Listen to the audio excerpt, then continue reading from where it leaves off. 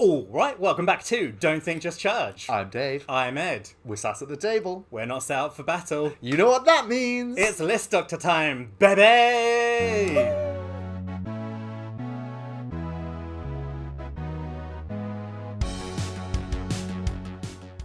Welcome back to the channel. Thank you all so much for your engagement. You loved this video, this format the last time we did it, and on top of that, you helped us sail through our goal for 2024, and we have, as of last week, passed 1,000 subscribers. Yeah! Woo! And it's all because of you. We're glad you're liking it. We've had a lot of comments. People seem to be getting quite involved. We've had the Discord. Yes. We're really happy that this seems to be something you enjoy watching, and hopefully it's onwards and upwards to 2025. See what we can do with that. So on that note, just to remind you, if you do like this video, like, subscribe, comment, all the random buttons down below the video, do those. Send it to a friend if you think they might enjoy it. Get them in the Discord. We just chat a load of shit there. You can send in some lists that you think are amazing or awful. We'll fix them for you. You can tell us why we're full of shit, and then we'll go from there. Oddly enough, we chat as much shit in Discord as we do here and in real life, as many of you know who met us. And because of that, you've come to us with your submissions. Yes. Thank you very much. And so this week, what are we doing?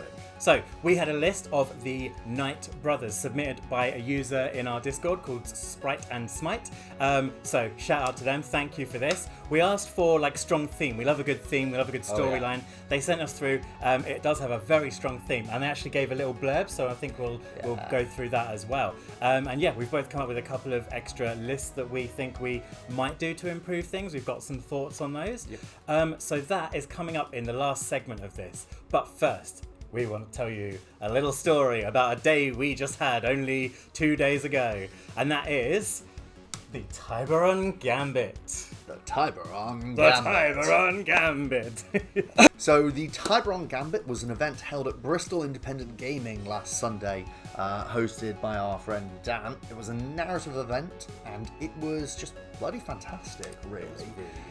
It was 4 games across the course of the day, a one-day event, 2,000 points of Grimdark Future, and 4 individual missions that were all wildly different, which we'll talk about very shortly. For those of you who watched the last List Doctors video, we spoke about the list that we were preparing for it, which we'll give our little reviews on how it went. And we both had a really good day. It was a lot of fun. We both carried at least 1 loss throughout the course of the day. Guess where Ed's came from. There's gonna be some stuff to talk about, let me tell you. It was good. A guy named Dan from the local Bristol community. Shout out to you, Dan. He's the one who set this up. We signed up before we'd found out any of the kind of scenarios or really any of the guidelines, apart from just a very general thing. If you want to see the list that we made, you can check out the previous List Doctors video we did. In that, as our preamble, we went through our lists, and you can see kind of how our hopes and dreams were panning out for the list before listening to us talk about it here, where our hopes and dreams were shattered or not so, who knows. So the build up, we had our lists. How competitive were you feeling on the day? We were on our way in. We drove down together. We drove down together. We spent a good drive down from where we're based in West Midlands, just having a good natter and a ramble. A little bit talking about OPR, a little bit talking about the wider world outside of OPR. And going into it, we knew that it was primarily a narrative event. So we designed our lists before we knew what the missions were. So we were kind of dealing with a bit of a presumption of it being base OPR. It wasn't. And we were just kind of feeling really excited to go to a bit of a new space, meet some new people. It was going to be a big event. It was 20 people, which is, pretty substantial. I think, given how the UKGE was something of the sort or smaller. And so, it was just a really good buzz. And so we got into the venue. I'd never been there before. I'd never been there, no. It was our first time. So we also didn't know where we were going. No, exactly. And that's always somehow always driving down, we didn't miss any turnings. Driving back, not so good. Nice little detour through North Bristol there for us. Maybe we'll tell you about the story later on when we come to the end of the tournament. But I think I was feeling. I'm quite a competitive person, and I do tend to get a little bit a little bit like Those hyped up and a bit jitters, more, right? yeah. And so it was really fun, and like I think I'm also more competitive in the way where I just want to like do some heroic shit and have just an awesome time, like killing everything that I can. And we'll come on to that mindset in a little bit because some stuff happened with that. But yeah, I don't tend to like worry too much about how's this list gonna perform against a horde list, a heavy list. I just tend to think like, what's the most stuff I can kill? How can I just like zoom around the board and just do a load of stuff? So yeah, I know what you mean. Like, because we designed our list with things in mind. My list, which was the Lust Demons one, had a one-track mind. yeah, Get in there, buff up, charge in, rely on overload. More stories on that later, and see where we can go from there. Try and wipe things out and get tempo swings through that. yeah. And so, yeah, we were kind of a bit excited for just trying our thing. And we got there. Everyone was really, really buzzing with excitement. It was a massive, massive venue. Thank you, Bristol Independent Gaming. Thank you, Big, for hosting such a great event. And then we moved on into round one. And I know what you mean. I actually want to talk about that a little bit. Those pre-event jitters. Yeah. That kind of, I don't know, for me it's a feeling of, it's like excited anxiety in my shoulders and in my chest. And I'm used to getting it a lot. And it really can just be sorted out, in my opinion, by your first round. Yeah, definitely. You start and all of that goes. And like, because so we arrived there, and so the space in Big is, by the way, we have these custom dice that we won from some of the events we'll tell you about. They say Big on them. I learned today that this place is called what? Bristol Independent Gaming. So that's why the place is called Big. The more you know. I should be paying more attention, apparently. So we got to the space, and yeah, it's really nice, really spacious. I guess it's like some old, maybe open plan office that was converted, because yeah, it's got that kind of feel about it. But yeah, it's a big open space, loads of tables, loads of amazing terrain. Yeah. And yeah, just a really nice, really like kind of clean environment. Very, just a very nice place, really. Yeah. So we got the pack a couple of weeks beforehand, and the theme of the day was, it was a narrative event fighting for control of the planet Tiberon. There were 4 factions, each of which also had a feat driven into it, which was a negative thing that would happen. An action you had to take that wouldn't necessarily be like optimal play, but represented like the ideals of your faction. And yeah, at the end of the day, there was an award for someone who like embodied the ideals of the faction. So yeah, it was really cool. It was very clear from the start that like, and similar to the way we've done tournaments as well, and we've organised them, that it wasn't meant to be fully balanced and competitive. It wasn't meant to be like everyone's there to win. Most of our tournaments, we've had several people who have never played before and they're learning it on that day. So yeah, and that was a really fun way of doing that. I think just like an action you have to take that's really not ideal, but like gets you a few points. It's also an important thing of the difference here was this wasn't a tournament, it was an event.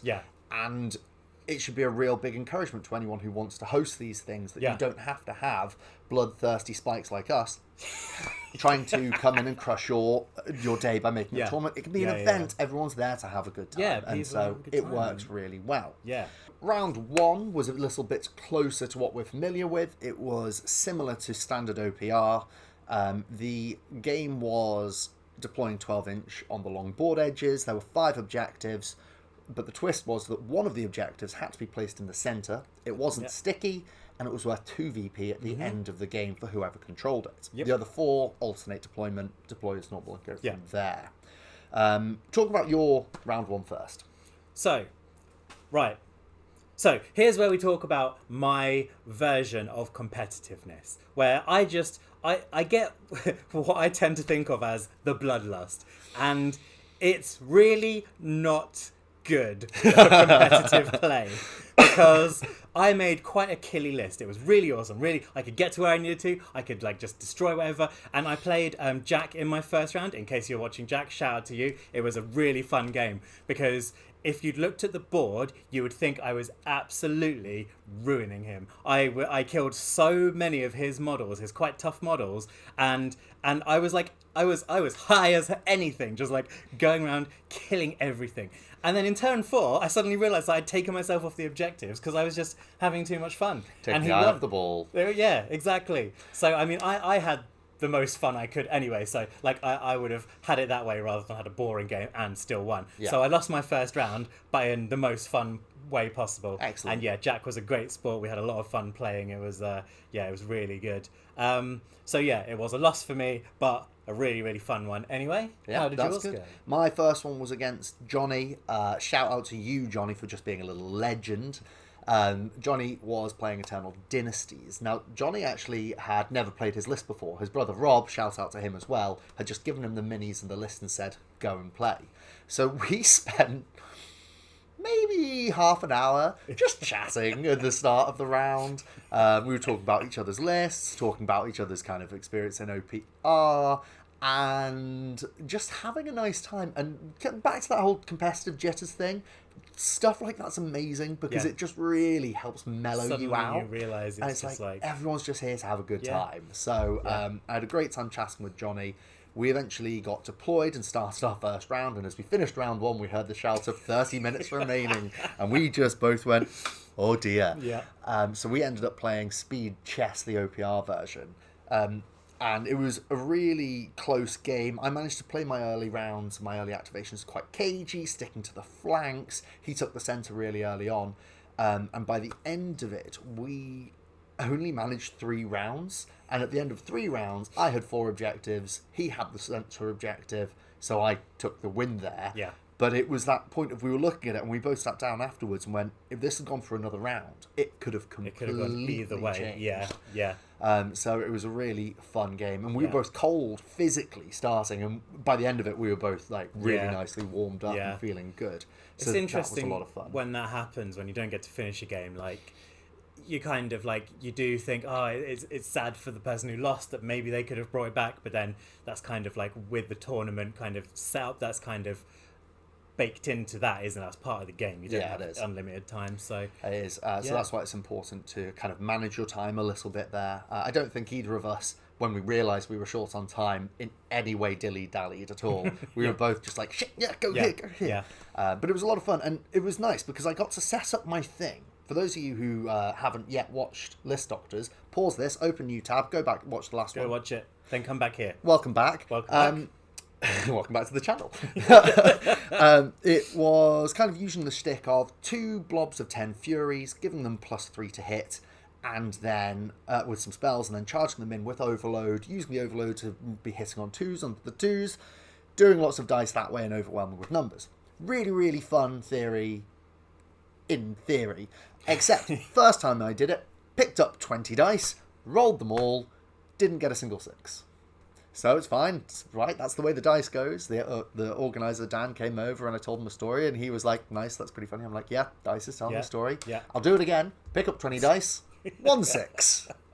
Third time I did it in that game, picked up 20 dice, no 6s. So it was one of those points of just being like, yeah, well, my thing's not thinging, but we had a great game. And so, yeah, I managed to come away from a win with that, very, very squeakily narrowly. Nice. But that then took us into round 2. Round 2. And here is where we come. So, in round 2, the face-ups were, I was against Dave! So, the classic, the legendary showdown of the 2 members of this channel. And not to like There's a lesson here, folks. Okay. let me paint you a picture. So, we get to the thing. We get to the table. We're setting up, and we forgot to. Okay, first lesson: have a conversation about terrain before you start setting up, because we were both a long way through setting up, and we had different ideas. Dave says, okay, shall we say terrain is obscuring, so if you're on the other side of it, you can't draw a line of sight, and it's all difficult terrain. And this is different to like what I've been playing. It's fine to play different ways, but I think as long as you know going into it what you're playing. Yeah. And I kind of... Do you know what it was? Because with the 30 minutes thing, we had also we'd like halfway through turn 2, and we had a little way. So I was like, oh, okay, now I've got to get in like time management mode. And because we'd already like done most of or all of our deployment possibly, I kind of thought I can't really be asked to like argue how everything works, but also I can't be asked to just start deployment again. But it was a terrible, terrible mistake, and I was subject to absolute bullshit Yeah. whole game. So basically, I had set up with all these lines of fire. I was like, right, he's getting cover saves, and my list is hybrid, and it actually worked really well. The shooting side of it worked really well against other people. And so I'd set up with like these firing lanes, my barb cannons, my disintegrators. Everything was like ready to start shooting. I set up like a little bitch in as much terrain as possible. Yeah. And then at that point, when I'm looking down all these things, thinking I can probably take out one of those tough units early on. I think I'd seen you kind of lining it up, and I was like, just to double check something, these are obscuring, right? And Ed went, oh, yeah, they are. And I was like, I appreciate what you're now showing me in your clear discussion of strategy is that you're trying to do something that seems to go against what I've deployed for, because my understanding was this. And Ed kind of went, oh yeah, and I went, do you want to take some stuff back? And he went, no, it's fine, let's go on. Well, the take back was okay. Yeah. So we did that, and I was like, I don't, and the thing is, I don't know why I didn't say anything, because I know that like you're not like trying to like gank me out of a win. You weren't trying to like do it for just your own benefit. Like if I'd said, oh actually I've been playing it this way, and like we could have discussed it and gone something different. But as it turned out, none of my guys have Strider. I couldn't get line of sight to anything. So sorry, I don't know if we've got a picture of this. I hope we do. If we do, it'll be on the screen now. But there is a huge church ruin in the middle of the board, and I deployed like as much as I could behind it to get line of sight block. Yeah. And there was an objective in it, so it was to use my Strider to take the objective and try to play cagely, knowing that Ed could pack a punch from range, and then also knowing that he didn't have Strider on as many units as I did. Yeah. And so it just kind of got to the point of being like, this is ultimately a miscommunication. How can we fix it? I spent basically not like 2 turns. I did literally nothing. I couldn't get any charges off. Oh, I had to move up to get onto the objectives. Nearly all of my units 2 turns in a row. Something ridiculous. So I just basically spent the whole time doing like just these one piddly little bits of damage here and there. I killed a few Furies. I don't know if I actually wiped out any units.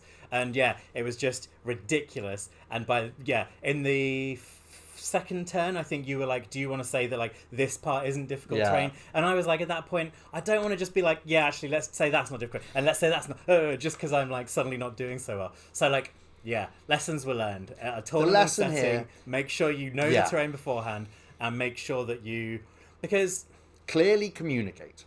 Find ways of saying to your opponent, this is this. Do you agree with that? Yeah. No, I don't. And saying no, I don't is perfectly fine. Yeah. Because if it's going to be in any way done properly, you should have a discussion with your opponent. You need to be able to communicate with your opponent. We didn't communicate. Luckily, we sometimes like each other, and we can get past it by doing this. But in event settings, it can be very stressful. So I recommend, here's the lesson, folks. You've heard us going back and forth and bumming about it. Communicate. Have the chat with your opponent. Make sure you have that chat early on so you know exactly and what there is doing. Nothing wrong with saying, we're disagreeing with this. Can we call over the tournament organizer, the TO, and he can make a decision. Or she or they can make a decision. Yeah. That's fine. Yeah. That's why they're there. You're not being a problem child. You're just trying to make sure that you and your opponent are being amicable. Yeah. That's great. So we didn't. And you got frustrated with that. I was pissed. Frustrated is putting it nicely. But we were able to talk about it and come through it, and I came away with a big fat W. So yeah. We haven't actually spoken about the mission. This was the first time now we were going to some narrative style missions. So in this one, there was an attacker and a defender. The attacker deployed on 6 inches of 3 of the 4 board edges. The defender had a 24 by 24 square in the middle of the 4th one, which is where I was. There were some other rules that came into it. For example, that I was entrenched, so I had -2 to hit me if I hadn't moved while I was in that zone. Are like hunked down, so there. The other 2 points that came about were victory points for capturing the objectives, and there were 4 objectives. Mm-hmm. And then the defenders got a once per game, reliable, deadly 6 AP4 shot. That was our shtick. And so that, and yeah, you can tell where this way went. And the attackers, So the attackers had you could redeploy a dead unit, a fully destroyed unit, but you'd concede 1 victory point for everything. So after turn 1, when I'd already had 2 units killed off, and turn 2, and I had to start putting things back on, I was like, well, I'm losing either way, so I might as well just try and kill some stuff. And yeah, so we start. I do my activation. I won the roll off, so I went first. I do my activation. Da da da da da. Nothing in my army has more. Well, I had one thing with tough 12. Everything else was tough 6. Tough 9. Sorry, yeah, you had one heavy tough 9, skimmer. which was the skimmer. So I'm like this thing with reliable, and like basically it's probably going to kill something all outright. odds. We need the result for it to not kill one of your things, and I was aiming for a transport, so it would have also shaken the unit. It would have shaken the unit. It would have been The results to do it would have been me rolling a 1, or me hitting and you 6. rolling a 6. Yeah. So pick up the dice. It's reliable.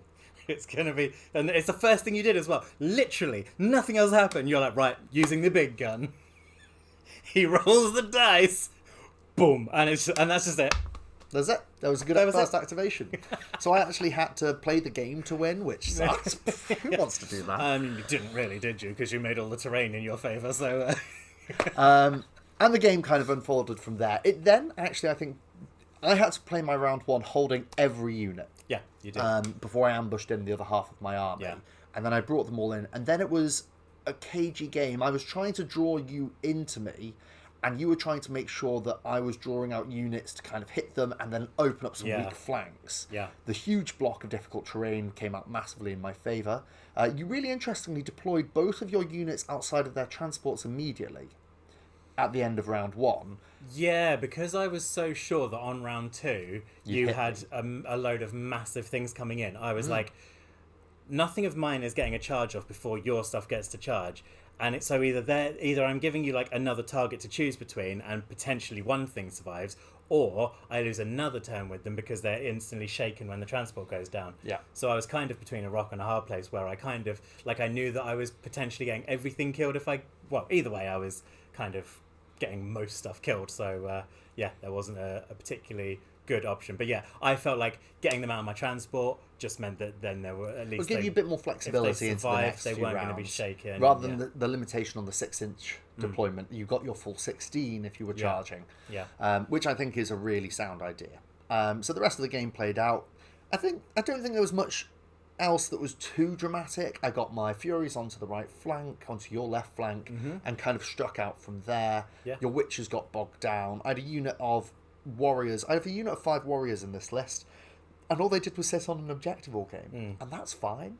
It was absolutely fine that happened because they got me points at the end, and that was something I was quite quietly satisfied with. But it was a really fun round. You brought back 3 things overall, and then I managed to take the win. I think I won by like 2 points. It wasn't desperately different, but we managed to get through it. We got through our assault and we moved in. And we're still friends. We're still friends until the next time we play. Yeah. And then we moved into round 3. Yes. Oh, now this was a toughie. So we had conversations with Dan about this one, and like Dan is a lovely guy. He was so great throughout the whole thing, and he fully acknowledged that like about 10 minutes into that game, I had a word with him, and he was like, "Yeah, I don't think I planned this out all that well." No, he did, because he did think about it. And he did. It also worked out as being fine, and we'll talk to you about the whys and the wherefores in a minute. This scenario was heavily weighted in favour of the attacker. It wasn't impossible. There was a guy who did win as the defender. Yeah. I think if I'd have played better and had my head up about me, I could have had a shot at winning. I didn't play well, and so I did lose. This is a perfectly fine thing for it to be. But it was quite weighted, and it was fine because it mixed up the tables a little bit. It meant that the the attackers who were losing previously, then were able to get more points on the board. The people got to choose attacker or defender based on if your faction was doing better worse than the one you were against, the person you were against. So each person on each board got to make that choice if they were on the lower scoring faction. Yeah. So the missions were, you had 6 objectives placed by as normal. The defenders had control of them, and they were harvesting this Tiberium. I want to call it Tiberium. Do you remember from Command and Conquer? I was going to say, I don't know if that's Tiberium. Tiberium. Yeah. The Tiberon. So they were harvesting the Tiberon. So they scored by every turn they ended within 3 inches. Instead of claiming the objective, they basically picked up a canister, and then that was in that unit. Then at the end of a turn, if they were in this extraction zone within like a 12-inch square in the middle of the board, then those would vanish and they would score the points for them. The attacker won if they claimed an objective as normal. They would get 2 victory points for it immediately, and it would disappear basically. It couldn't be claimed back by the defender. So there was no way for them to get back. What that meant was, especially if you had a fast army like me, like I absolutely, this was made for me. You just got onto an objective. I got onto 3 of the 6 objectives first turn. Yeah. And so they were just gone from the board, so my opponent couldn't do anything about them. Yeah. And a lot of people found that, I think. So he did manage to collect a few, and actually, interestingly, the only difference that I think would have made it completely balanced would be if each one gave the attacker 1 victory point when it was claimed, because I won like 8-4 or 5. Yeah. So it would have been really close. It would have been like kind of 4-4. I lost 8-5 or 8-6, I think it was. So maybe it was 6-6 actually. Yeah. Or 6-5 because I did lose. Yeah. It's just that's a game mode that was really fun and really nail biting. Yeah. And with a bit more finessing, it would be something I think would be really cool to play again. Yeah. As a way of going, actually, this is winnable. Yeah. One of the strategies that could have been employed that I didn't do was there was no limit to the amount of canisters any one unit could hold. So you could just sit on there for a bit and then bank it in. Yeah. And I realised that after the game, and I was thinking, that would have been such a good strategy because I have good ways of screening. Yeah. You just need like maybe 2 units on different objectives, and then the rest of it does the fighting. Yeah, and there are different ways. Well, my opponent in that round was Philip. Shout out to you, Philip. He brought his Saurian Star Host. He brought 2 dread heroes on Tyrannosaurs. I can't remember what they're called. And they were scary. They were moving each other up with advanced tactics. They were doling out Predator. Yeah. It was really good. It was a really scary list. He had the geckos.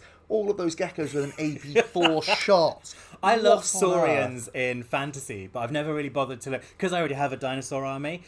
I don't really see the need to get another dinosaur army just in the Grimdark future, because I'd have other stuff. So I haven't really bothered to look at them. I didn't realise they just get AP4 pistols. I kept on asking him to repeat the stat line because I just didn't believe it. They're shielded as well. Yeah. Just excellent unit. And the first time he did it, he just absolutely domed one of my Harbingers, and it was me going, what? What are you... Everyone has AP4? And he doubled up all the units, so it was 10. So, good game there from Phil. I had a lot of fun with that one, and I came out of it with a loss. It's all right to lose at events, folks. Ed's a big loser too. So that was round 3. By this point, we then had our lunch, and we were getting ready for the final game of the day. Yeah. This was where it was time to get off of Tiberon. Yeah. So, in this mission, this was so thematic and so fun. Like, it wasn't like crazy balanced. I think there could be ways to cheese it if you properly thought. But like, I definitely cheesed it. It was just such a fun mission. So basically, you had a 12 by 18 deployment zone, and both players were up against the one short board edge. Then you had the 24-inch zone on the other short board edge that you had to get to. Basically, the planet's collapsing now. It's falling into a black hole. It's like everything's cracking apart. You've got to get from the one short board edge to that short board edge.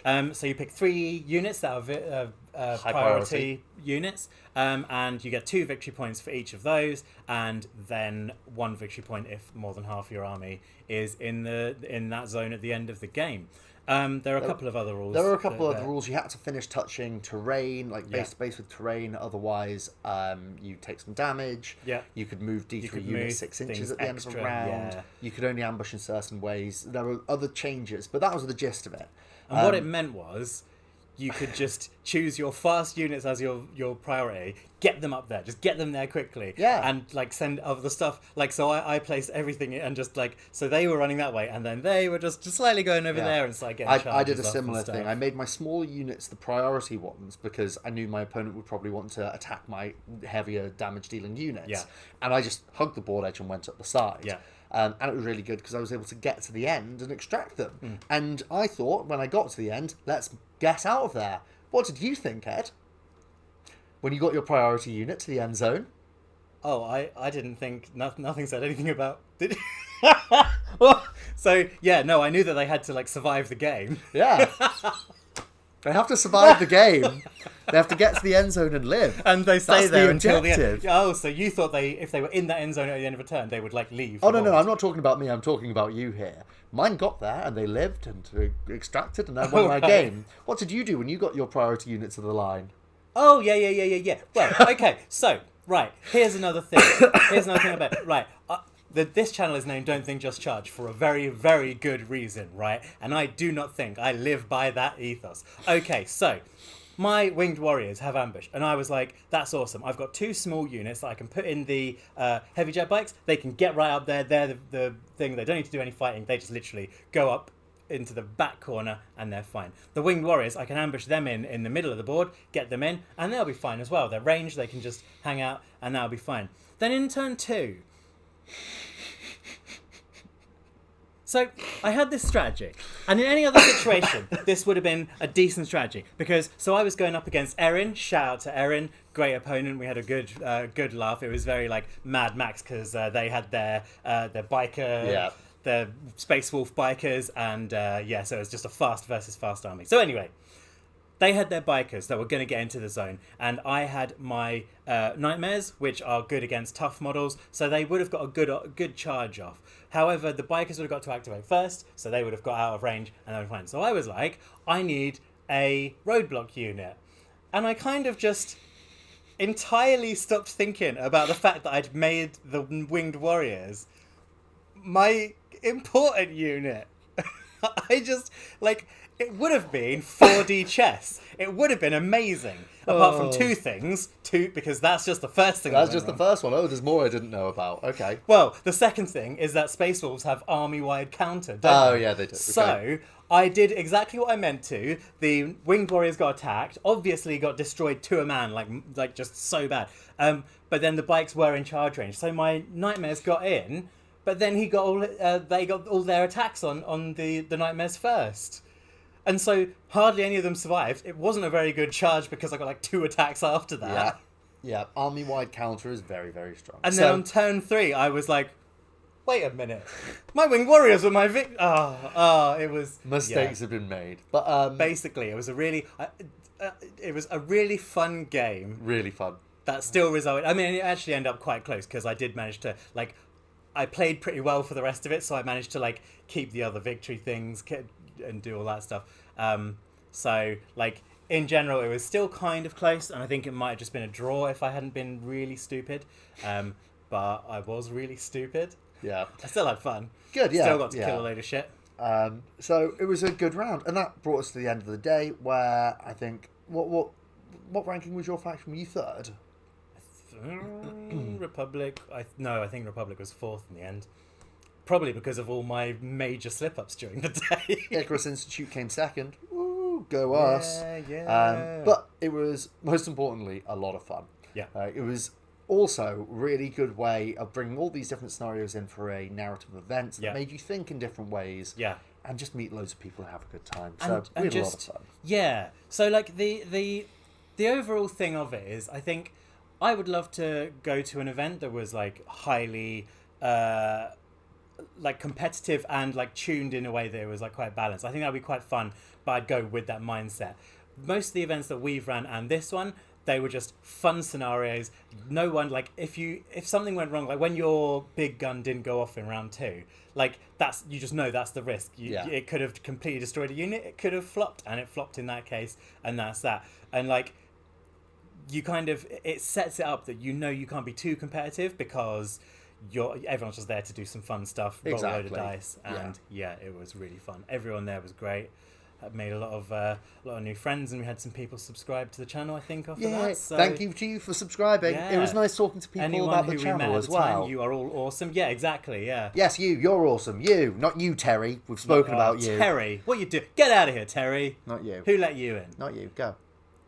Thank you. Everyone else, you're brilliant. Thank you very much. It was really a lot of fun. And I think it was just really fun. So tell me, as a final thought, then, did your army perform how you expected it to? Would there be anything you'd change? Was it more competitive or more fluffy than you kind of expected? How are you feeling about that list? I liked the list.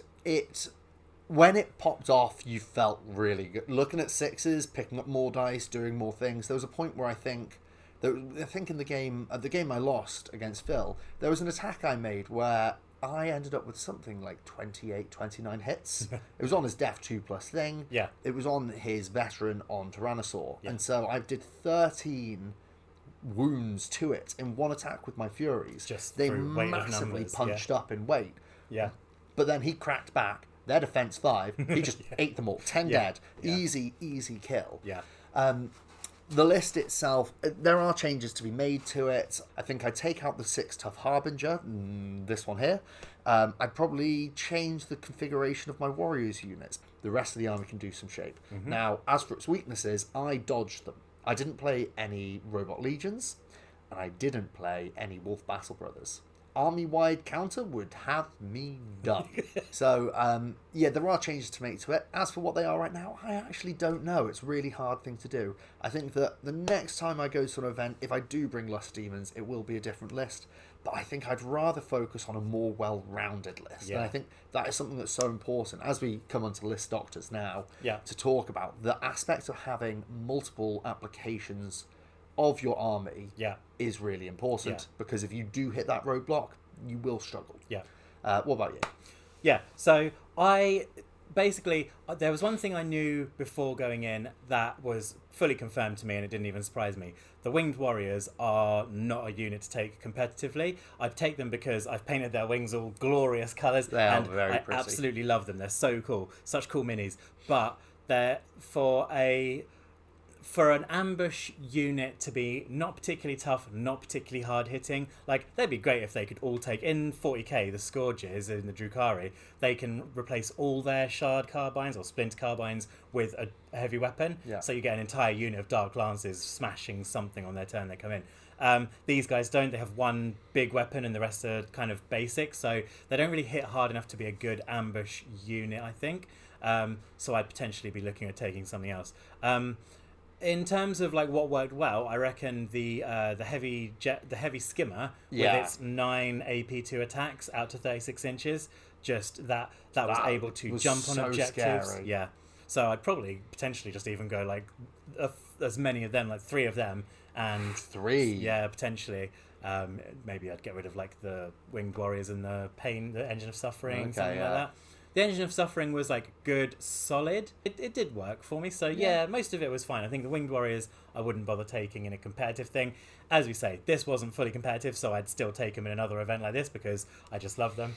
And at some point, folks, we will do that battle for you. But for now, it's time for List Doctors. List Doctors, Robots in disguise.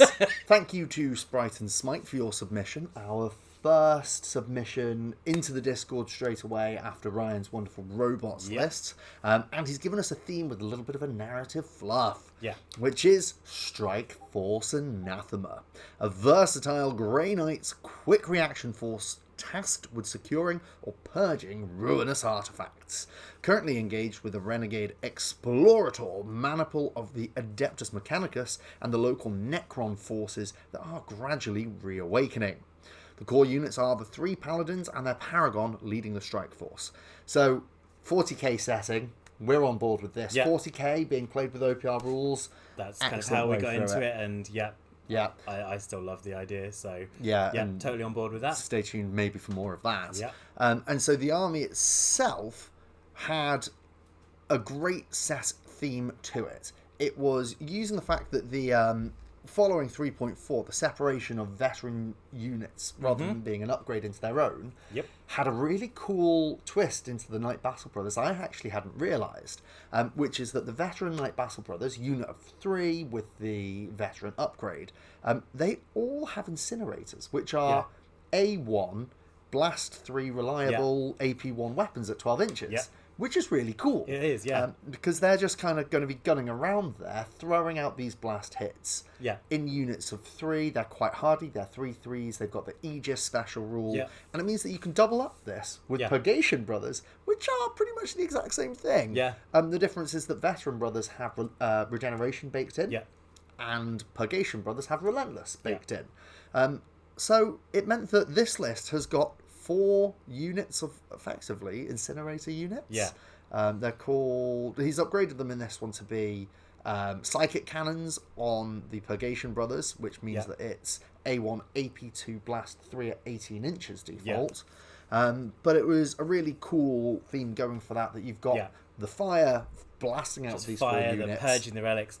And they've given everyone caster, which we know my thoughts on caster by now. I'm not a huge fan of it, but I have to respect, when I was looking at this, I was like, okay, so the theme is like small elite army with so much fire, and everything's caster because they're elite. Obviously they're there to fight the ruinous powers, to find tainted artifacts, things like that. It makes sense that everyone has caster. So yeah, really like strong, cool theme. Really strong, cool theme.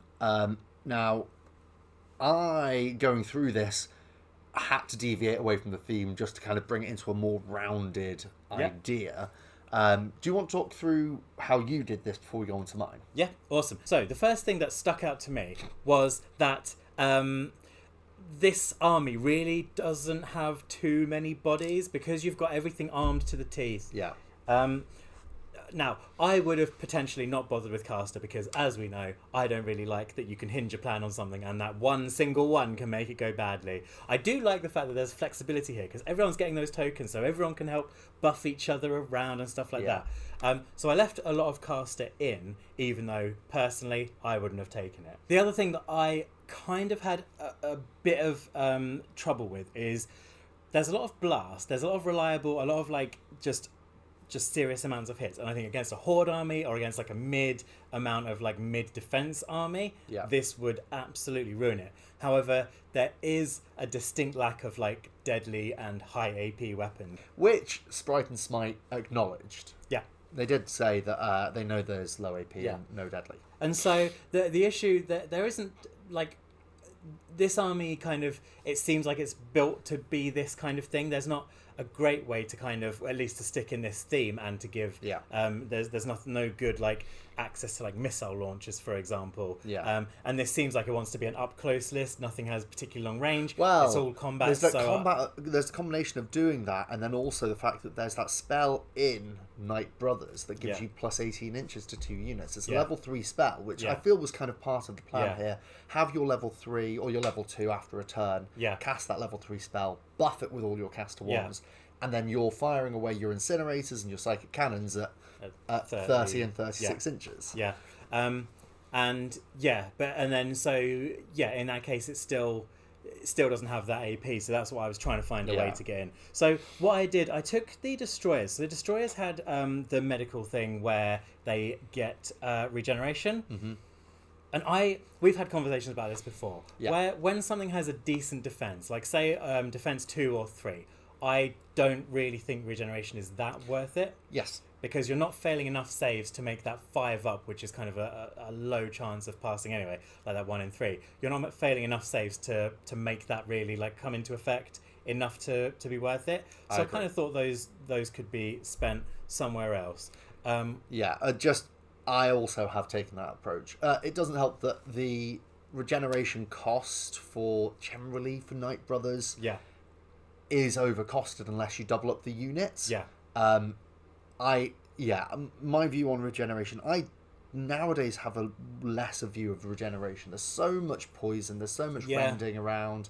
It's not great. And in Grimdark Future, where your saves are a bit higher anyway, I don't think it's an efficient use of points. Age of Fantasy or lower defense save armies is a different conversation. And especially horde armies, because you do end up paying points for regeneration and poison. So like there aren't that many of those, especially in Age of Fantasy, enough to deal enough hits to really take out a big horde. So if you've got a horde with 6 up saves and regeneration, that's like getting you so much use, because you're going to be needing that regeneration a lot. And so much value. It's unlikely that it's going to be negated en masse kind of thing. But the other thing with the Night Destroyers that I did just to save a few points was I took out Cleanse. In my opinion, I think it's another thing where on a 3 model unit, like hoping for those 6s is not that great. Well, put it into numbers, right? So you're ambushing this unit in. Pretend they charge every single round with their energy swords. So you've got 12 attacks coming in on the first round. Well, it's not even that. It's off of its own thing. So it's actually 3 Devour rolls. It's 3 rolls. Cleanse rolls. Yeah. So you're actually making, realistically, at most 9 cleanse rolls throughout the course of the game. Yeah. That is 1.5 extra wounds that comes in. Exactly, yeah. Is that worth the points? Yeah. So it's like a nice little thing. If I was looking for like a spare 10 or 15 points, whatever it costs, I wouldn't be against someone putting it in. I just like think that like when I needed the points for other things, it was fine to take those out. This is one of the examples, like with the regeneration cost in a reinforced unit, where it will be worth it, because if that was 6 of them, you're guessing 1 extra around, it's probably going to be a little bit better. I still don't love it. I'd rather it in a much bigger unit, but there we go. I just don't think it's something that makes them particularly good. But I know it does make them paladins for the GW lore and the 40k lore. That is the thing. Like, but at the same how time, far do you stick to? Just put some cool paladin models down. Yeah, you don't need exactly. to have the paladin upgrade. So what I did for them, I kind of took the points right down. I gave them back one of their incinerators just to make sure I had the points to spend somewhere else. I feel like what this list could do with, which is what I did, is just some basic dudes, just 5 yes, dudes. Okay, good. We had the same idea on objective. this one. And I didn't even bother to give them too much. So what I gave them, I took out one of the veteran brothers units, and I put in a regular brothers. I did upgrade them with caster as much as like my finger hurt as I was pressing that button. I gave him caster to stick in with the thing. And they do have assault rifles, which are obviously 2 attacks, AP 1, range 24. And I gave them a psychic cannon. It's got blast 3 and AP 2. So just a bit more of that like mid AP. Still not ideal for like, I'd still ideally want to see some more deadly and higher and AP 4 and stuff. But yeah, I did that because I just thought then you've got like the rest of these guys are going up front. They're like doing a lot of stuff. These guys, they're kind of there to sit on a backfield objective. The job. They're doing something. It's an objective game at the end of the day. Yeah. And so having units, having warm bodies to be on the objective is important. Yeah. And so when I was doing my list, I had a similar thought. So yeah, I completely agree with you there. Because I think if you go for a like high destroyer count list, at least they've got tough 3. Whereas the worry with this one that I have is that nothing's really like hardly anything has tough in this list. You've got the veterans all just they only need to take 1 wound each. Yeah. You only need to take 3 wounds and it's gone. Same with the purigators. How are we saying purgation? Purgation brothers. Purgation. Yep. They're again 3 dudes with 1 wound each. So yeah, and that's one of the issues I've had. I've got Grey Knights. I love Grey Knights in 40k lore. They are so cool. Yeah. 10th edition, neutering them hurt my soul. Really, I don't care if they uppy downy. I don't care if they're competitive. They're less cool to me. Yeah. And so I really, really tried to jam them a lot in OPR with the Night Brothers. Night Purgation brothers, if played well, are great, but they're just so fragile. Yeah. And that's what a lot of this army has for me as well. Yeah.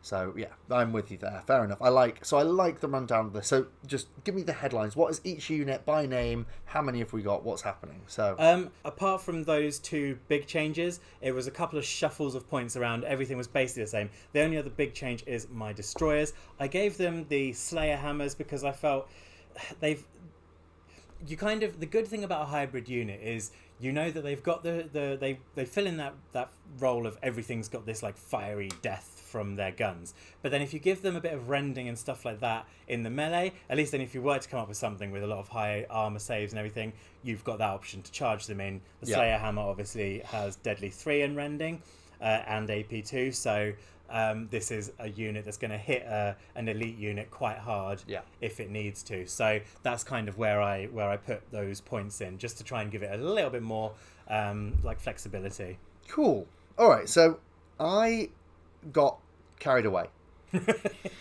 It's not even Night Brothers anymore, is it? It is Night Brothers. I kept it in Night Brothers. So Night Brothers, I have these issues with Night Brothers. 1, regeneration. Regeneration on a 3+ army is ironically worse for the reasons we've discussed. The second thing is Aegis. Their ability is a 6 up save against all things that come in, and 2+ against spells. It's Spell Eater for other armies and has many other names. As far as the special rules for the sub-factions of Battle Brothers go, it is one of the weakest. And let me tell you why. In comparison, ignoring the fact we've got one with Undead, everything else is offensive. We've got the exploding 6s within 12. We've got Furious, exploding sixes in melee. Yeah. Got counter attack. And we've got counter attack. Thank you. Yes. Those are all always on at the points you want them to be on. Yeah. Counter attack, I'm attacking you in combat if I charge. You attack me, I'm attacking you first. Yeah. Furious, that army wants to be moving forward. And Yeah. I've said it before, I think that melee is a very strong way to play OPR. Yeah. It's a movement and objective-based game, and if I'm moving on to you and doing my damage increased at that time, it's very good. Yeah. Exploding sixes at range is also just very, very strong, supports that movement, and then also dealing out damage. Yeah. You roll Aegis when you've lost a save. Yeah. So I it am suffers not... that same downside as regeneration. It suffers that same downside as regeneration. And yes, it's cool to have save and to Aegis and to regen. Yeah. But I am doing your thing. Yeah. And when I'm doing your thing, I'm far less in control of the game. Yeah. And this is just general... This is the strategy of the reason that people say the best defense is a good offense. It's because I am putting you onto the point of thinking about it. Yeah. I'm putting the ball in your court. And Yeah. I'm also I get to strategize about how best to take advantage of Exactly. your role rather than you getting to do and that. there's Exactly. huge depth to that across the board. I mean, in these sorts of games as well, it's like in chess and in lots of sports, it is so rarely the person who plays the best, highest level game that wins. It's actually the person who makes the fewest mistakes. Yes. And that's why an offensive build, an offensive strategy can be better than a defensive one. And with Aegis, you are starting at defensive.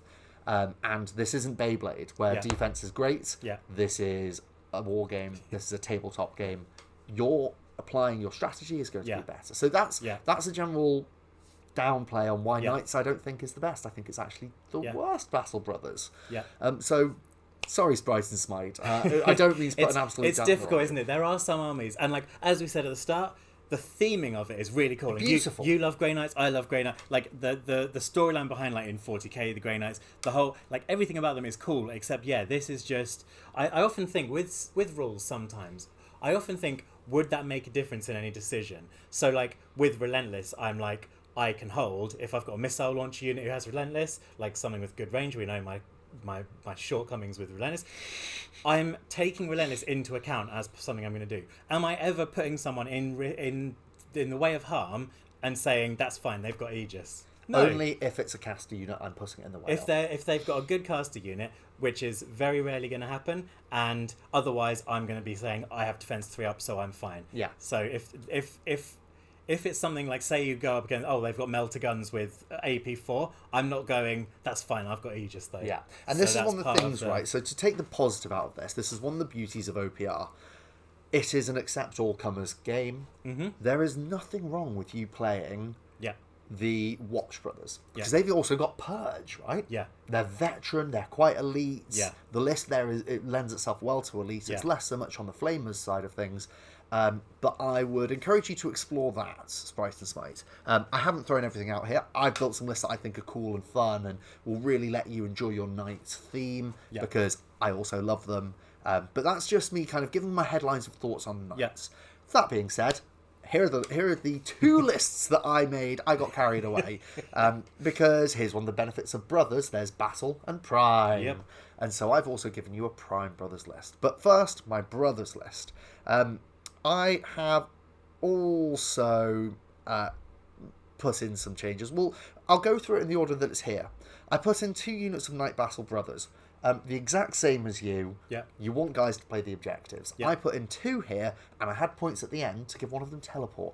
Because who doesn't love moving 12 inches when you're shooting? Yeah. Having that on these guys as a base is really, really cool. Yeah. They come with regeneration as a basic, so I can't even say I tried to take it away. They are going to be quite hardy. It is the benefit of defense, regen, Aegis. Yeah. It is going to keep your life It's nothing to longer. sniff at, definitely. Like, we've kind of talked it down, but it's still still worthwhile on 5 dudes. Another thing I've done is I've kept in the Night Destroyers. I'm with you on that aspect of having the Paladins going is great. I've not given them the Paladin upgrade. I've brought them down in points to 380 here. Yeah. They've got an Incinerator. Double benefit of this is that you've got the Incinerator you want. Also, it reduces their points by 15 points. Mm-hmm. It's actually pretty good. Yeah. And then I've given them Energy Swords. I only gave them 2 my experience playing Custodian Brothers, if you upgrade all 3 of your models with something, one of them's going to die before you hit combat. So I only gave swords to 2 of them. Kill off the guy without it. And you kill off the guy without it. That's me being a bit of a pessimist, to be honest. And the Knightmaster Destroyer, I've attached to them. He's caster 3. He's pretty vanilla, actually. I've kept him as close combat weapon, A4, and shield wall. He's hardy. Yeah. He's vanilla, but his spells are going to carry him through there. As a general point throughout the list, despite being the one who loves caster, I've only put in 2 casters. Really? I think caster 1, controversially, is one of the biggest wastes of points in OPR. Interesting. Unless you're definitely playing advanced caster, at which point I think it's great. Yeah, then you get just so many dice with, so many more for your pool, I think it's rubbish. That's interesting because I fully agree with you, but I know that I have this thing against caster anyway. So, like, it's interesting to hear you say that as the person who's always kind of advocating for it. If you had a different spell list, it might be a different story. But the big shiny thing for this theme and this army here is that's level 3 spell for plus 18-inch range. Yeah. Your caster ones aren't doing that. Yeah. They are doing that on round 3 at the earliest, Yeah. and they're doing it once, and it's a 4-up. Yeah. It would be much better to have a caster 2 or caster 3 who can access that quicker and reliably, because remember, you can't just bump spells into a unit to have it upcast. Yeah. You have to have those tokens in the To first be able place. to cast it and then, And a load of caster 1s can't. So I've just got 1 caster 3, who's the Knightmaster Destroyer, and then another hero elsewhere. Yeah. So that's my thoughts around those. I've got one of the units of Knight Veteran Brothers just running around doing great things. I've got another unit of the Veteran Knight Brothers. I haven't brought any actual Purgation Squad members. I've relied on the 2 veterans.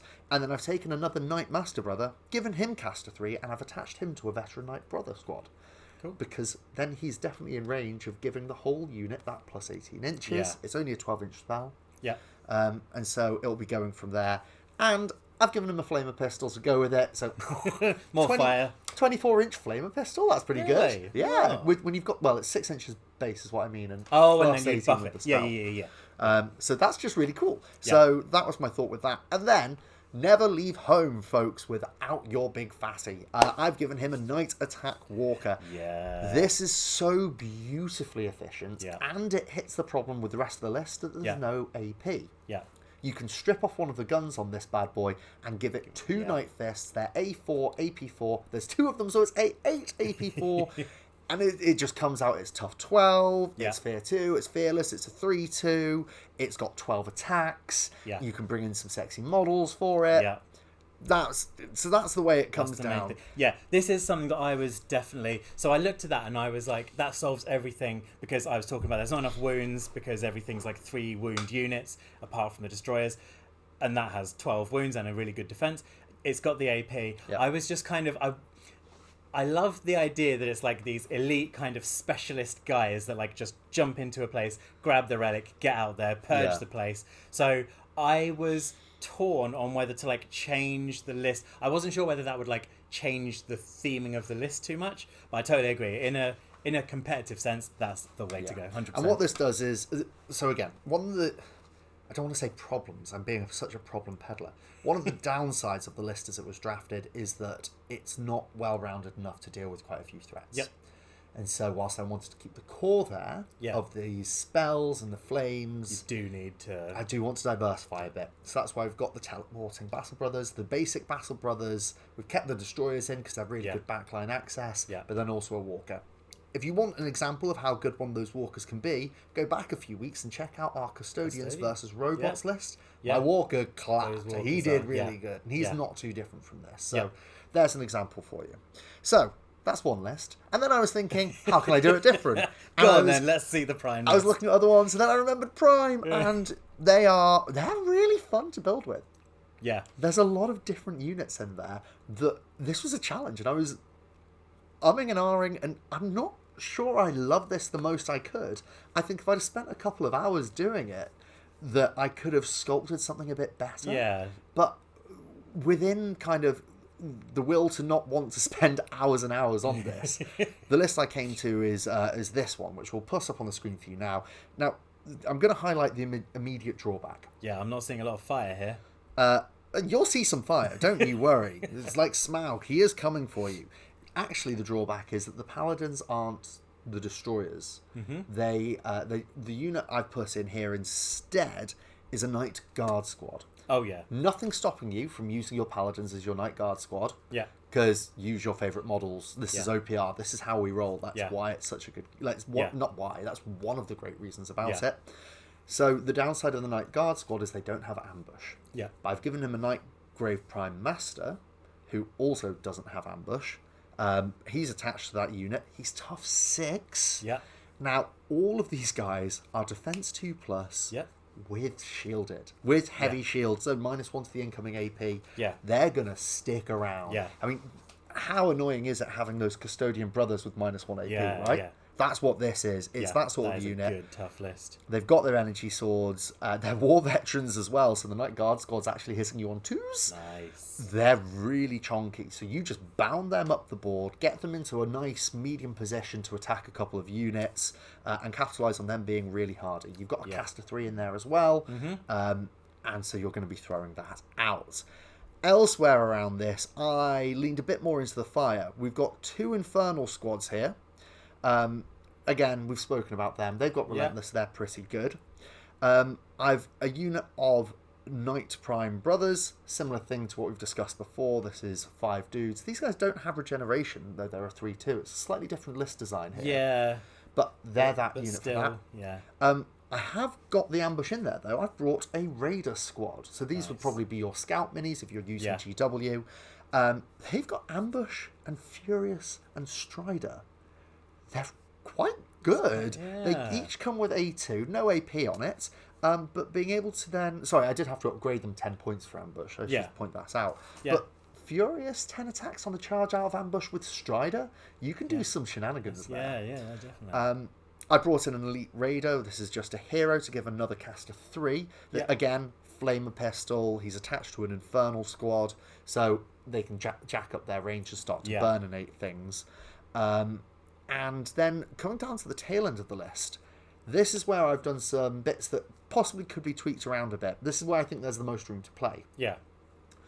Prime Brothers have got the worst option of walkers, because they're either ridiculously overkitted with guns and melee, so they're really cumbersome on points, or they're this, which is tough 9, and you still have to have a gun on it. So the Nightlight Walker, it's 360 points. It has got an incendiary cannon, so we're keeping with the fire and the flames here. A little bit of Dragon Force reference for you at home who love metal. It's still going to be there. Hero. Or Guitar Hero.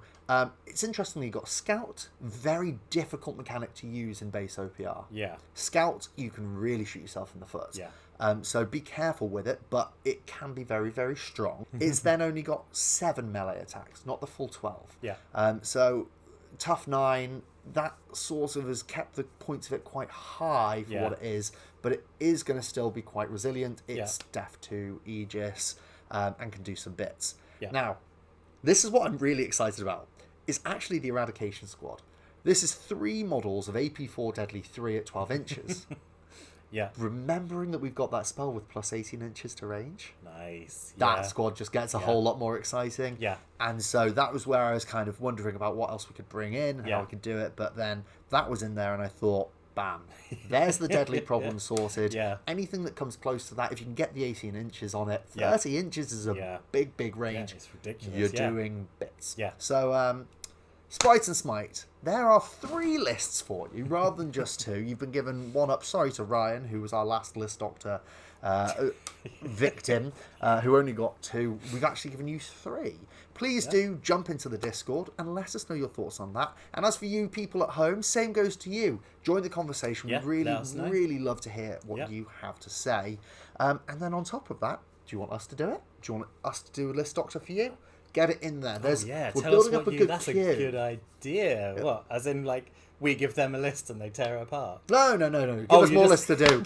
We could also do that. I thought you meant it the other way. Do you want to do a list doctor for us? No, that would also be an interesting Shall we see what everyone one. thinks of our list in the Discord? Oh, that would be really good. Maybe Let us know what you apart. think of that one. Let's just jump down into the comments. Let us know what you think of the idea of we give you a list and then we could do a best of. Now that would be good fun to do. Wouldn't that be good good idea? fun? Ideas happening live on the video here. Oh, then we can tie it in with our favourite minis to go with it, and you can tell us what minis to use. Oh, okay. This is a new format then, yeah. Yeah, let us know if Awesome. let us know if you'd like that. But in the meantime, jump into the Discord, give us more lists. As I said, we've got a queue of lists coming in for List Doctor. Yeah, got like Our 2 more next at the one, moment. I'm very excited to have a go with. For Yeah. those of you in the Discord who might have seen it, you'll know what we're about to say. But for those of you who don't, you ever heard of someone called Warboss Fitz? Fitz, thank you very much for your submission. Yeah. That will be in our next episode. Well. And actually, I've had a look. It's a really hard list to doctor. Yeah. It's solid. It's going to be a good episode. Fitz, like he just knows what he's doing, doesn't he? He makes this content too. It's as though he does this day to day. Oh man! Like, yeah, that's what I'm really looking forward to the episode on that, because when I had a quick glance at the list and the thought behind it, I was going, Yeah. "Oh, you're in a How good." is I it? already want to try that list out. So Yeah. Let us know what you think. But anything more that you want to bring up? No, I think that is us. All good for now. Thanks for listening. Get out of here.